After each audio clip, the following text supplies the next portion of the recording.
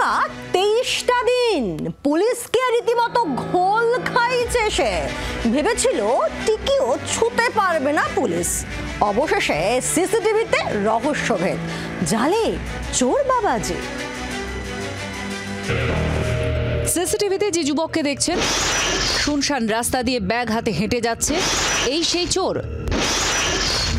গত 23শে ফেব্রুয়ারি রাত 2টো নাগাদ সেই বাগুইয়াটি বাজারের কালী মন্দিরে ঢোকে, একেবারে সাফ করে দেয় প্রতিমার গয়না। দেখুন, সেই সব উদ্ধার হয়েছে। তদন্তে নামে পুলিশ। একের পর এক সিসিটিভি ফুটেজ দেখা শুরু হয়। জানা যায় চোর দমদম স্টেশন থেকে কৃষ্ণনগর লোকালে চেপে পালিয়েছে। দেখুন সেই সিসিটিভি ফুটেজ। এভাবে প্রায় 250 সিসিটিভি ফুটেজ দেখা হয়। প্রতি সিসিটিভি ফুটেজটা আমরা চেক করে একটা ভাইটাল সিসিটিভি ফুটেজটা আমরা পেলাম নাইহাটি স্টেশন থেকে। ওটা আমরা দেখাচ্ছি এই পার্টিকুলার সিসিটিভি ফুটেজ।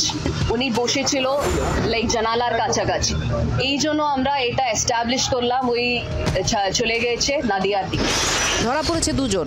পুলিশ জানিয়েছে বাড়ি বাড়ি কাপড় বিক্রির নামে এলাকায় রেকি করেছে দুষ্কৃতীরা প্রায় 15 দিন ধরে।